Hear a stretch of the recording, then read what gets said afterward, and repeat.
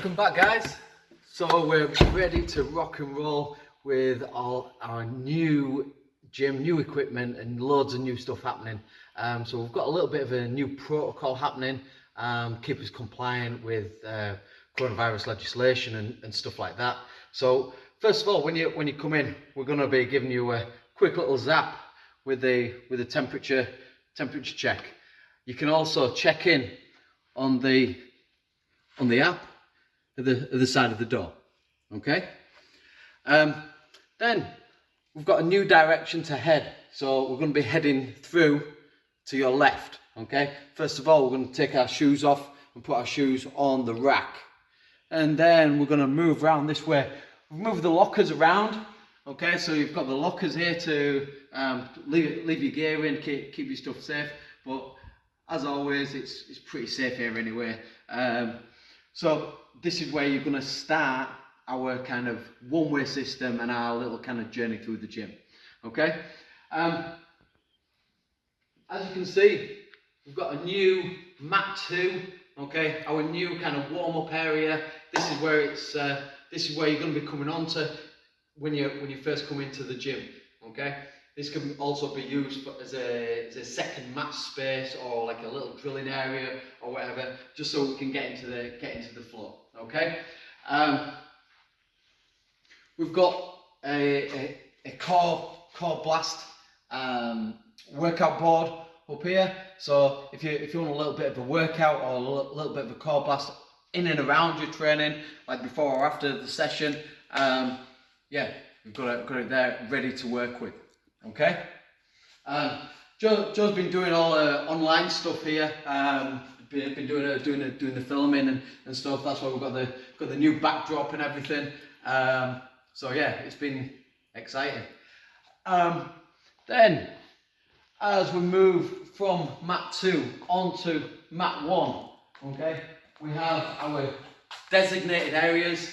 Okay, so you've got your measured out spaces where you can do your shadow boxing, do your bodyweight drills and that kind of thing. So we can start getting into the flow of just getting back into the gym and getting active again. We're going to have to build that fitness back up. Okay, it's just good to be back in the gym. So we'll go down to the far end.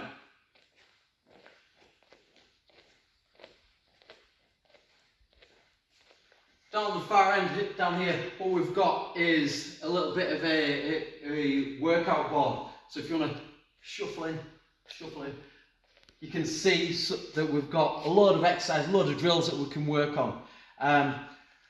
One of the things that I've found is that I've been trying to force technique a little bit too much. I want you guys to be a little bit more self-motivated, a little bit more self-disciplined and focused. Okay, and what this is going to do, it's going to mean that it gives me a little bit more time to go around and speak to people on an individual basis, but you guys can get cracking and you know what to do. Okay, so what we've got here is a series of drills. We've got one technique per round, and so you're just going to work that one technique, like I was saying up here, driller killers. So we've got 12 rounds of work that you can work with here. We've got 10 rounds on the boxing drills, and then we've got a load of Brazilian Jiu-Jitsu and wrestling drills down at the bottom.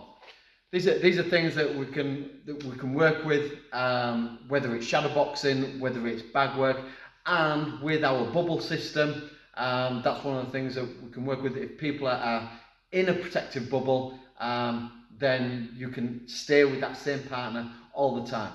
Okay, what we're trying to avoid is this kind of cross-contamination and stuff like that.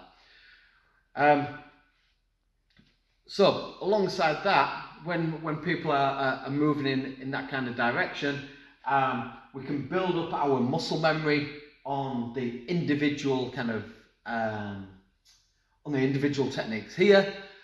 But then when we start moving it down into sparring, we've got a little bit of another little bit of a change, a little bit of a change in direction. Okay. Again, we're not just going to be doing straight into sparring. If you're in a protective bubble, then this is the person that you're going to be sparring with and training with. But what we've got up on the board here is some mission-based sparring. With the mission-based sparring, it takes the onus from micromanaging the individual exchanges and that kind of thing. You basically have an objective to achieve in each round of sparring, and it could be one or several of these. Okay, so you're only allowed to use one technique in the sparring session. You could be first in every exchange. You could be last in every exchange. Okay, we can have an idea of just get to the clinch in every exchange. So your opponent's trying to avoid you and try and get in away. Your objective is to get hold of them. Okay. What this does is, again, it takes away from the micromanaging of talking about specific things too much, and it puts the onus back on you to be a little bit more creative, and it's up to you to understand these smaller nuances to do with timing and to do with these small variables that will happen when you start training with different people. Okay, this is how we're gonna kind of run the sessions as we roll through. Okay, after the sessions, we've also got the new training area up at the far end. So what this way.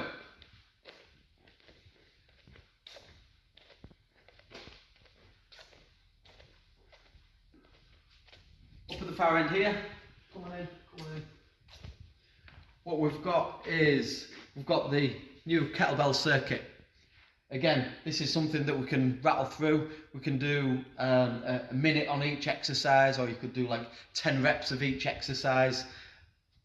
And what we're finding is that if people have, now that it's a little bit more open and we've got a little bit more space, we can spend a little bit more time on the strength and conditioning side of things, and start creating some monsters. We've got a new board up for all our challenges. Okay, what we're trying to do is encourage people to have a sprint challenge or whatever, whether it's working on the rower and that kind of thing.